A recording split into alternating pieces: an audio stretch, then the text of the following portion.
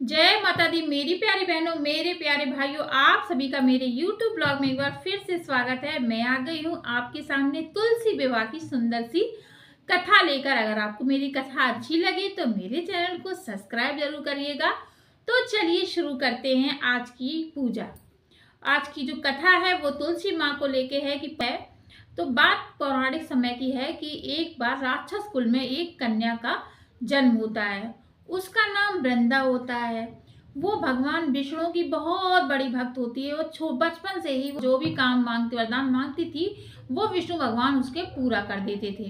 तो ऐसे ही होते होते वृंदा बड़ी हो गई और राक्षस कुल में होने के कारण उसका विवाह एक राक्षस कुल के देव जो राक्षस के कुल के जो राजा थे जलंधर उनके साथ हो जाता है। अब तो वृंदा भक्ति में लीन भी होती है, वैवाहिक जीवन भी जी रही होती है।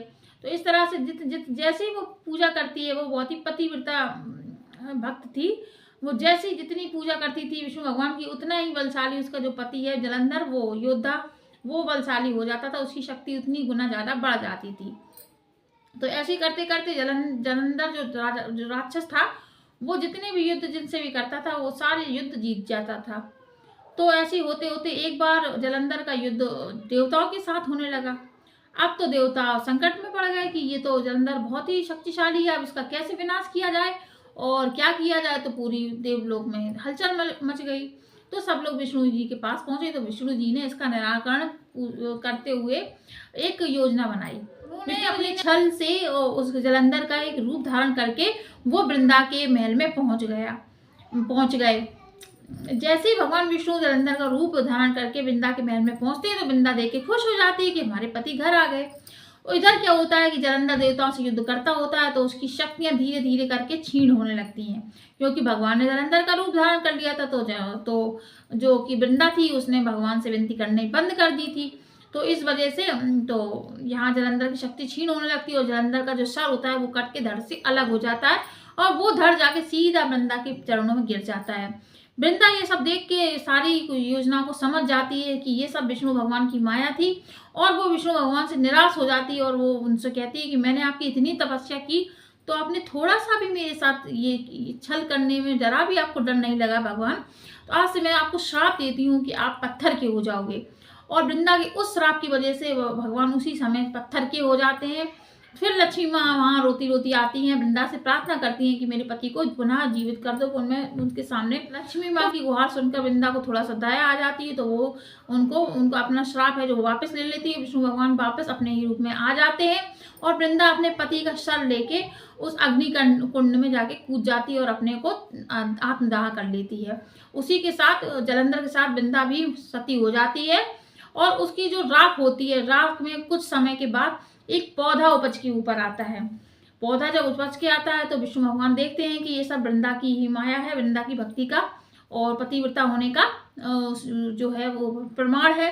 तो वो भगवान विष्णु उस पौधे को तुलसी का नाम दे देते हैं और भगवान विष्णु उस तुलसी के पौधे से ये वरदान भी देते हैं कि मैं आज से तुम्हारे साथ ही पूजा जाऊंगा। तुम्हारे बगल में पत्थर की मूर्ति जो शालिग्राम के नाम से होगी वो मेरे साथ ही पूजा की जाएगी उसकी, और बिना तुम्हारे में कोई भी भोग नहीं लूंगा। तो तब से लेके आज तक तुलसी मैया की जो शालिग्राम के साथ पूजा होती है तभी संपूर्ण मानी जाती है। अब दोनों लोग साथ में हो और जो तुलसी माँ भोग लगाया जाता है उसमें तुलसी माँ की तुलसी की पत्ती डालने के बाद ही भगवान विष्णु उस भोग को लेते हैं, भोग को ग्रहण करते हैं। तो इसी तरह से ये रीत चली आ रही है और इसी तरह से तुलसी मैया की जो उत्पत्ति वो हुई है।